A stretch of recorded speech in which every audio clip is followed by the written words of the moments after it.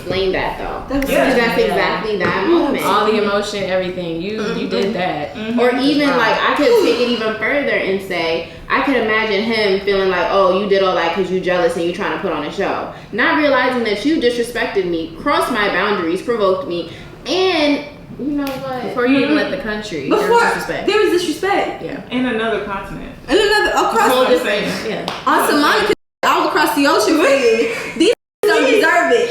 And then you wonder why I'm jaded. Arranged marriage me, please. Stop playing. I'm triggered anew. I'm triggered anew thinking about a different end of this conversation. Okay. Brought on. Tell me. What you just said about how you behaved in the street, which is fine. Wow. I said on the lit out the other day, you never know a person's story up until the moment you cross their path. Mm-hmm. Yeah. So that already changes how I see outbursts in the streets, whatever. Even my own outbursts in the street, because they don't know my story. But, and then you mentioned what might these people be thinking, oh, here's another crazy black woman. There are so many times that I've gone through this sort of losing it intrinsically because I've used up all my logic. But I know if I were to go there, I'm going to be perceived as crazy or doing too much, right? And so, same ex that I've been telling y'all about, crazy, mother. Used to check my phone, checked messages, emails, y'all, emails. That's what I'm saying. Facebook messages, all kinds of DMs before DMs existed. Never used a Twitter. Would check my Twitter DMs, all kinds of stuff. Would look, not even just check my messages, scroll through. He would insert keywords into the search box, like baby. Was he cute. working? Huh? Was he working? No. Did he have anything else to do? He had time. He had time. So all this to say is I never stepped out, never cheated. I'm not that type of girl. And we just let him do that because I'm just like, you're not gonna find nothing, whatever. And so there was one day, his phone was right upside. Never checked his phone in all the years that we dated. I'm not the type of girl, I don't care. I trust. Maybe I shouldn't, but I'm not even trust. I'm not interested. But his phone was laying right set up, and I feel like it was the Lord. The Lord is my shepherd. I feel like it was the Lord that said, "Go ahead and check that." And I was like, God, that's not me. We better than that. No. Go ahead and check that. You can do all things. I can do all things. Right. So I picked up that phone, and you know what I did? I went in the search box. Ooh. And I typed in cute.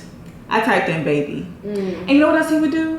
He would go through my phone while I was asleep or just not present. He would screenshot things, delete them, and then send them to himself to show me as proof to ask me to explain myself. Ooh. So when I went through those messages, typing in those keywords, I took screenshots, sent them to myself, deleted them from his phone.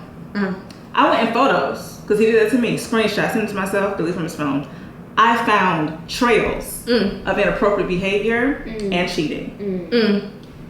He woke up, and I don't know if I went to sleep that night. My friend was in London at the time, and I was texting her because it was middle of the night and nobody else was awake. And I was like, girl, what should I do? I'm finna go throw his laundry outside the window. Like, I'm finna go ape because I deserve it. And she's like, no, girl, don't do that because, you're not that type of girl. Like, literally trying to tell myself you're not that type of girl, so you don't have to check his phone. You don't have to do all this stuff because you don't want to be perceived as insecure. Cool. I don't give a damn. Wake up the next morning, I'm like this. I don't think I went to sleep because he rolled over to say good morning to me. I'm leaning up. Do the rock away. Now lean back. In my bonnet, leaned up against the bed. Hey, good morning. Good morning. What, you mad? I don't know. Should I be? Picked up my phone. I felt his chest sink into the mattress. I started showing him screenshot. And in not allowing myself to go crazy, I let him talk me right into being cool. No. I don't give a damn. Talk me right into not even being cool, but talk me right into not going ape because I should have thrown your wet laundry outside the window and made you go get it. And there is something. That's a good idea. It's never.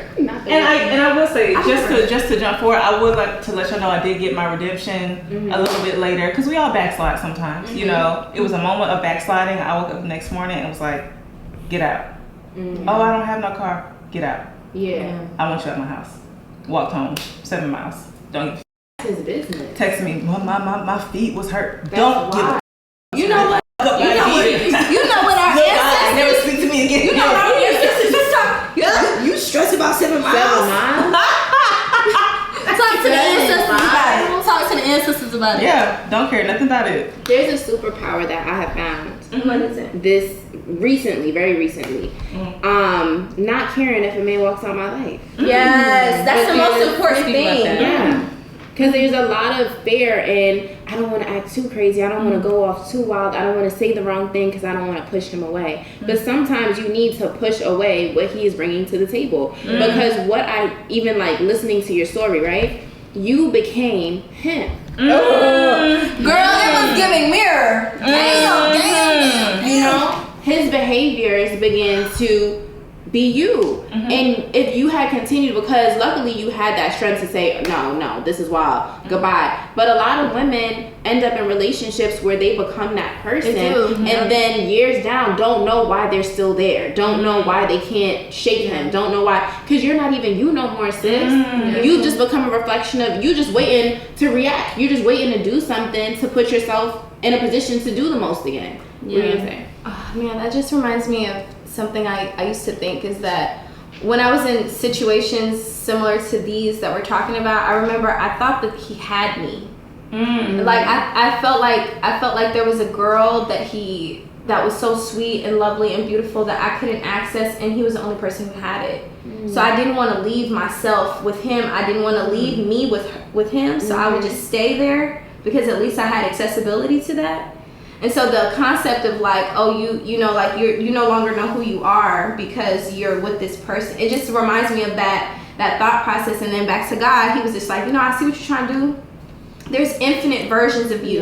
This person that you once were, it fertilizes who you are now. Now you understand and you know. And I think it's just like this naivety of thinking that the infinite of who we are is only accessible through others, where it's like we have to realize at some point that this infinite is available to us always, each one of us. And I think that if that's the case, then it's okay to leave, because I'm infinite, and there's going to be infinite more solutions to whatever problem this is, and it may not be you. Something like that. Ryan, did you say?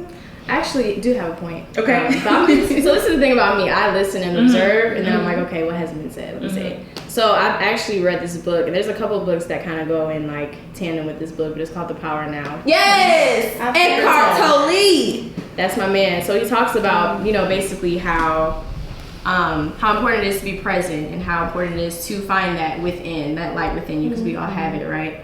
But the only thing about when you have energies that you're exchanging with other people, things can be transferred, like how you said, like how she became him. It's not about us needing anyone. You know what I'm saying? I don't think we need anyone. It's a matter of desire, of wanting to be with someone, and then having that freedom, that ability to be present enough to say, okay, I'm aware, I can let them go. Like, I'm aware of the situation, I don't need them, but I can let them go, I can release them. And I can actually still love this person from afar. I don't have to That's hate what them. love is. You know what I'm saying? I don't have to be released from them. Release your wiggle. Sorry. This is good. This is You very know? good. Yeah. Like that, like there's a power in releasing them. Yeah. But what about the strength to be released and to be left and to be walked away from? Wait, I mean, Go ahead.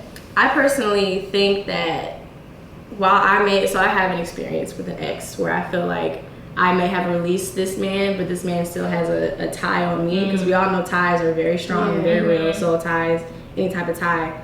And I actually recently had a dream where I saw him in my dream, and he flashed a couple times. I couldn't see his face, but I could see his silhouette in the dream. And I'm a pretty intuitive person. The very next day I ran into him. girl. Very next day I ran into him. And I feel like that is that hole that you talk about. Like that person, I'm doing the work. I've done everything. I got my crystals. I'm all good. I'm G'd up. This man clearly still has a hold on me. And I don't know whatever type of voodoo he has going on, but it's there and it's real. But yeah, just being present, just being aware with self, I think is what's important.